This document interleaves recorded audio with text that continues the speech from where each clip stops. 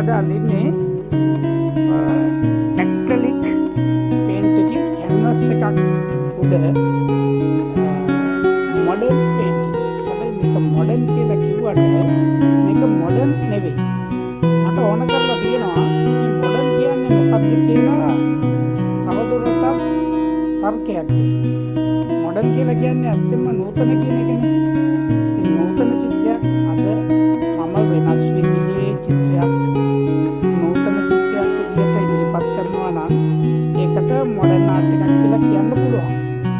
සමහර කට්ටිය මේ මොඩර්න් ආර්ට් විවිධ ස්වරූපයෙන් ප්‍රකාශ කරනවා. ගොඩක් දෙනෙක් මම දැකලා තියෙනවා මොඩර්න් ආර්ට් කියලා මේ කලර් පැචස් විතරක් තියෙනවා. සමහර කට්ටියගේ තියෙනවා ලයින්ස් විතරක්. සමහර කට්ටියගේ මේක ගැන කතන්දරයක් කියන්න පුළුවන් විදිහේ නිර්මාණයකුත් තියෙනවා. සමහර කට්ටියට ඒක චිත්‍ර ශිල්පියා විසින් කියන්න ඕන තවත් කෙනෙකුට තේරෙන්නේ නැහැ. සමහර වෙලාවට හැම කෙනාටම තේරෙනවා මොන හරි දෙයක් කරලා තියෙනවා කියලා.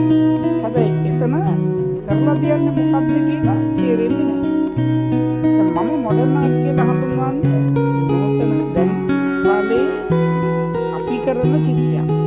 එතකොට සම්ප්‍රදායික චිත්‍රයක් හෝ රියලිස්ටික් එකක් කියන්නේ ස්වභාවික චිත්‍රයක් හෝ නූතන චිත්‍රයක් විදිහට ගන්නේ නැහැ. ඒවට නම් තියෙන නිසා. නමුත් අපි නූතන ක්‍රමයක් භාවිතා කරලා කියන්නේ අපි අලුත් ක්‍රමයක් භාවිතා කරලා අපි චිත්‍රයක් අඳිනකොට ඒකෙන් බලන කෙනෙකුට මොකක් හරි නව්‍යතාවයක් නූතන බවක් වෙනසක් දකින්න ලැබෙනවා නම් ඒක නූතන චිත්‍රයක් තමයි. ඒක මොඩර්න් ආර්ට් එකක් වෙනවා. ඉතින් මම මේ මොඩර්න් ආර්ට් එක කියන එක මෙච්චර කාලයක් මම මොඩර්න් ආර්ට් කියලා ඇඳට මම මේක විස්තර කරන්න ගියේ නැහැ. නමුත් මට ඕන කරනවා මේ බොහෝ ශිල්පීන්ගේ නූතන චිත්‍ර අතර මම නූතනයට පිවිසියේ කොහොමද කියන කතන්දරේ කියන්නේ. ඒක නිසා මම විශ්වාස කරා අලුත් දෙයක් කරොත් ඒක මොඩර්න් ආර්ට් එකක් වෙනවා.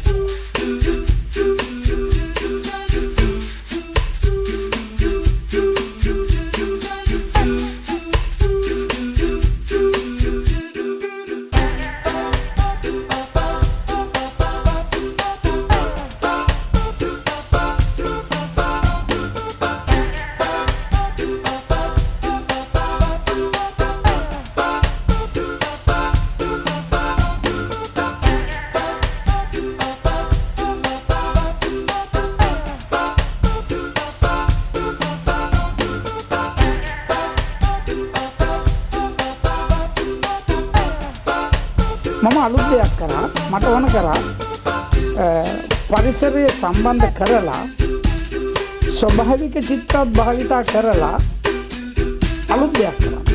එතකොට මම කරේ මෝ රංචුවක් දුවන.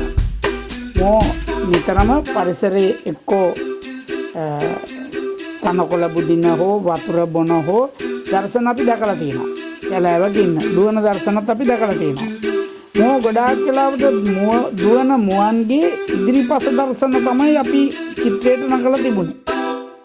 අපිට ඡායාරූප වලින් දකින්න පුළුවන් සත්තු දුවනවා. නමුත් අපි මෙතෙන්දි කරන්නේ සත්තුන්ගේ පසුපස දර්ශනයක්. සත්තු දුවනවා. දුවනකොට අපි කොහොමද මේ පරිසරය නිර්මාණය කරන්නේ කියලා.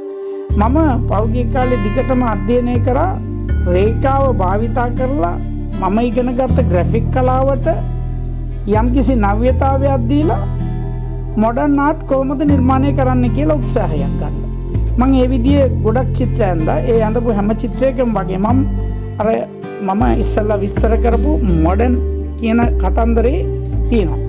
මේ මොඩර්න් කතන්දරේ ඇතුලේ මම රේඛාව භාවිතා කරලා තියෙනවා. භාවිතා කරලා තියෙන්නේ ග්‍රැෆික් ඒ කියන්නේ කොමර්ෂල් ආර්ට් වලට බොහෝ සෙයින් සම්බන්ධ කිට්ටු විදිහේ හැඩතල ටිකක්. ඒ කියන්නේ බොහෝ අපි ග්‍රැෆික් කියලා හඳුන්වන්නේ මුද්‍රණය සඳහා අඳින චිත්‍ර කියලා. නමුත් මේ ග්‍රැෆික් වලදී මුද්‍රණය සඳහාම නෙවෙයි සමහර වෙලාවට වෙළඳ චිත්‍ර වෙනත් ක්‍රමවලටත් භාවිතා කරනවා. මම ඒක නිසා මේ කොමර්ෂල් ආර්ට් භාවිතා කරලා කොමර්ෂල් ආර්ට් ක්‍රමය භාවිතා කරලා මොඩර්න් ආර්ට් නිර්මාණය කිරීමේ කර්තව්‍ය පටන් ගන්නවා. දැන් මම මේ ඇඳලා තියෙන බොහෝ චිත්‍රවල මම මේ කියපු ශිල්ප ක්‍රමය දකින්න ලැබෙනවා. ඒක නිසා මම ඔයගොල්ලන්ට මේ ඉස්සරේ ඉදිරිපත් කරන්නේ මම කියපු ශිල්ප ක්‍රමය භාවිතා කරලා කරන මොඩර්න් ආර්ට් එක. එතකොට මේ මොඩර්න් ආර්ට් එක ඇතුලේ ඔයගොල්ලෝ හිතයි මේක නෙවෙයි මොඩර්න් ආර්ට් කියන්නේ කියලා. නමුත් මොඩර්න් ආර්ට් කියලා ඔබටත් පුළුවන් මටත් පුළුවන් තවත් කෙනෙකුටත් එක්තරා ප්‍රමාණයකට රස විඳින්න පුළුවන් නම් මොඩර්න් ආර්ට් එකකින් විඳින වින්දනය මේ චිත්‍රයෙමුත් ලැබෙනවද කියලා බලන්න.